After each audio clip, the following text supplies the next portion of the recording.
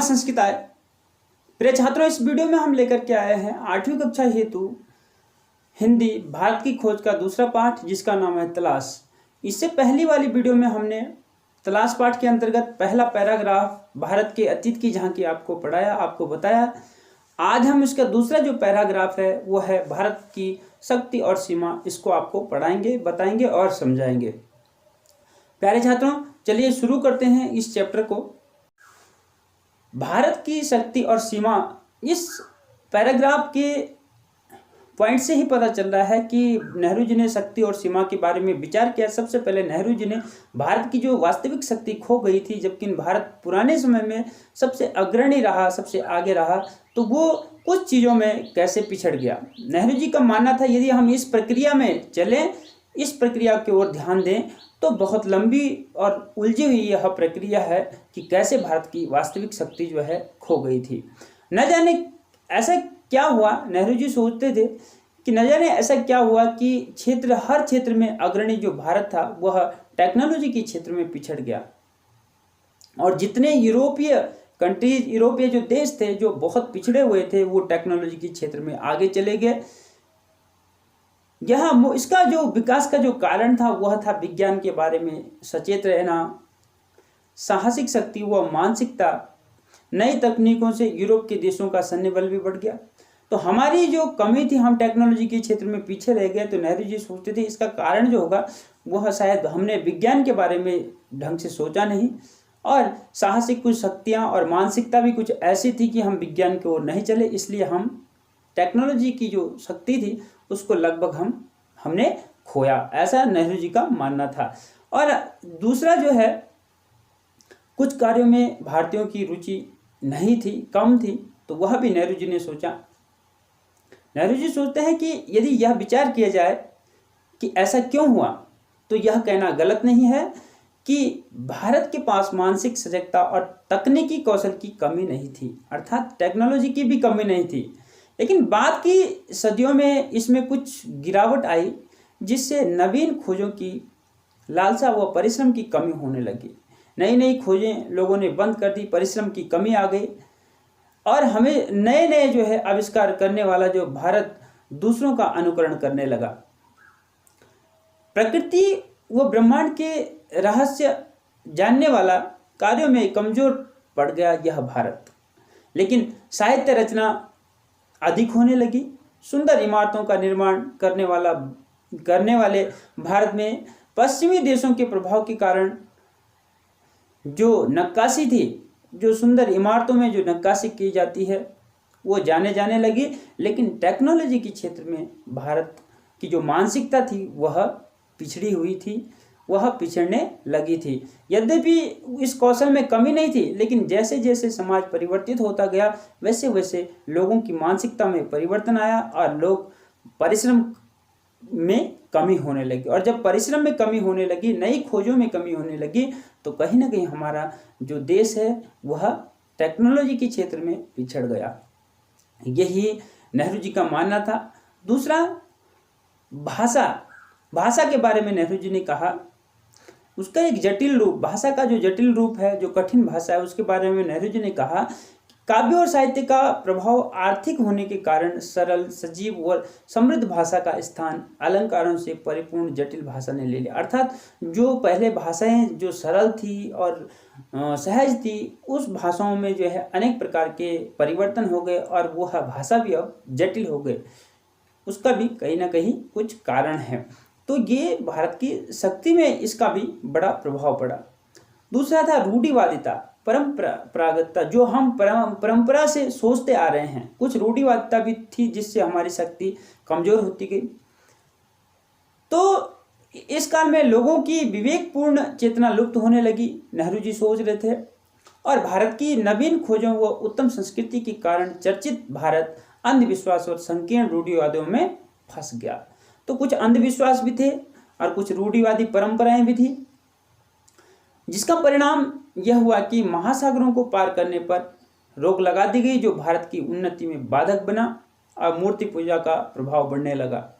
तो महासागरों से इधर उधर जाना बंद हो गया था, और मूर्ति पूजा पर भी रोक लगा दी गई। तो वह भी एक जो है मूर्ति पूजा का प्रभाव बढ़ने लग गया था। तो वह भी एक रूढ़िवादिता है, परंपरावादिता है, और उससे भारत की शक्ति कमजोर होने लगी। विवेकपूर्ण चेतना जो थी वह लुप्त हो गई थी, और उसके लुप्त हो जाने से भारत गतिहीन व जड़ हो गया। जबकि इस समय में विश्व के दूसरे हिस्से निरंतर प्रगति कर रहे थे। नेहरू जी कह रहे हैं कि उस समय, जिस समय नेहरू जी बात कर रहे हैं, तो दूसरे हिस्से हैं, दूसरे देश हैं, वो प्रगति कर रहे थे, लेकिन भारत जो है जड़ होता रहा था, मतलब कमजोर होता गया भारत का। और नेहरू जी ने साथ में बताया भारत का आंतरिक रूप कैसा था। इस बात को भी झुटलाया नहीं जा सकता कि इतना कुछ होने पर भी भारत की मजबूती, दृढ़ता और अटलता को कोई हिला नहीं सका। नेहरू जी कहते हैं भारत की आगे बढ़ने की जो निरंतरता है वो सदैव बनी रही। समय समय पर पुनर्जागरण के कार्यक्रम भी होते रहे, कई व्यक्तियों ने आंदोलन किए, कई लोगों ने बड़ी बड़ी रचनाएं की। तो भारत निरंतर आगे बढ़ते रहा, ऐसा भी नहीं है कि पीछे ही घटा। लेकिन वास्तव में प्राचीन भारत का ढांचा तो पुराने रूप में रहा, लेकिन अंदर की गतिविधियां बदलती रही। भले ही नए लक्ष्य न खींच गए, लेकिन प्राचीन व नवीन का सामंजस्य स्थापित करने की इच्छा बराबर बनी रही। अर्थात भले ही हम लोगों ने प्रगति नहीं की, लेकिन हमारे अंदर प्राचीन और नवीन, नए और पुराने का सामंजस्य बना रहा। इसी लालसा ने भारत को गति दी, पुराने को बनाए रखने के साथ साथ नए विचारों को आत्मसात करने का सामर्थ्य दिया। और जो यही विचार थे कि हमारे पुराने और नयों का एकजुट होकर चलना या सामंजस्य स्थापित करना, उसी ने जो है भारत को लगभग आगे बढ़ाया। तो यह आपका नेहरू जी ने ये जो बातें कही थी भारत की शक्ति और सीमा के बारे में, तो उसका मैंने आपको प्यारे छात्रों सार बता दिया है। यह सार उसका था। वैसे तो और कुछ कई सारी बातें इसमें है, लेकिन जो मुख्य था वो हमने आपको बता दिया। तो चलते हैं हम अभी इसके कुछ मुख्य शब्दार्थों की ओर। यद्यपि किताब पे आपके होंगे ही, नहीं भी होंगे तो आप इनको लिख भी सकते हैं। स्रोत का मतलब होता है संस्थान, पतन का मतलब होता है गिरावट, और प्रगति अर्थात निरंतर प्रोसेस करना, उन्नति करना, जिसको कहेंगे डेवलप भी कह सकते हैं, डेवलपमेंट, विकास भी कह सकते हैं दूसरी भाषा में। और गुत्थी आपके किताब में आया है पेज नंबर 8वें पे। तो गुत्थी का होगा कोई उलझा हुआ प्रश्न या उलझी हुई पहेली जिसको हम सुलझा नहीं सकते। और लैस आया है सुसज्जित, लैस कहते हैं ना, तो सुसज्जित, किसी चीज़ों से लैस, उनसे सुसज्जित मतलब सजा हुआ। ध्वंसावशेष कहते हैं खंडित कोई बची हुई वस्तुएं, मतलब जो टूटी फूटी है और अभी हमारे सामने है, बची हुई है, उसको ध्वंसावशेष कहते हैं कि टूटी फूटी चीज़ों के अवशेष। और जो है अंतर वस्तु, एक शब्द आया था अंतर वस्तु, तो अंदर का आधार, अर्थात अंदर का आधार, अंदर का मैटर कह सकते हैं उसको। तो चलिए ये आपके शब्दार्थ है। अब हम आपको प्रश्नोत्तर बताने वाले हैं।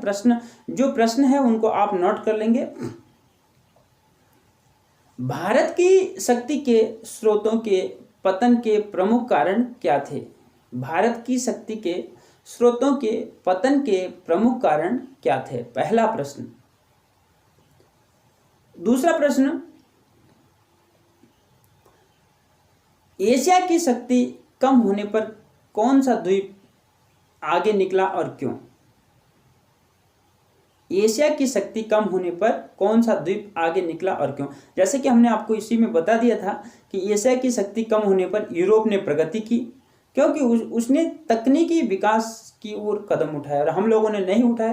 कारण भी यही था, तो यही आंसर भी इसका होगा। तीसरा, भारतीयों ने किन संकीर्ण धारणाओं को अपनाया? भारतीयों ने किन संकीर्ण धारणाओं को अपनाया था? तो कई सारे धारणाओं को अपनाया था उन्होंने। महासागरों को पार नहीं किया। दूसरा, उन्होंने मूर्ति पूजा की ओर कदम बढ़ाया और परंपरागत रूढ़िवादिता को अपनाया। तो इसलिए यही उनके संकीर्ण जो है धारणाएं लगभग रही। तो ये 3-4 प्रश्न जो मैंने आपको बताए इनको आप सभी नोट कर लें और इनके आंसर भी आप लिख लें। तो प्यारे छात्रों, आज की इस वीडियो में इतना ही। मिलते हैं हम दूसरी वीडियो में दूसरे भाग के साथ। तब तक के लिए नमस्कार, धन्यवाद।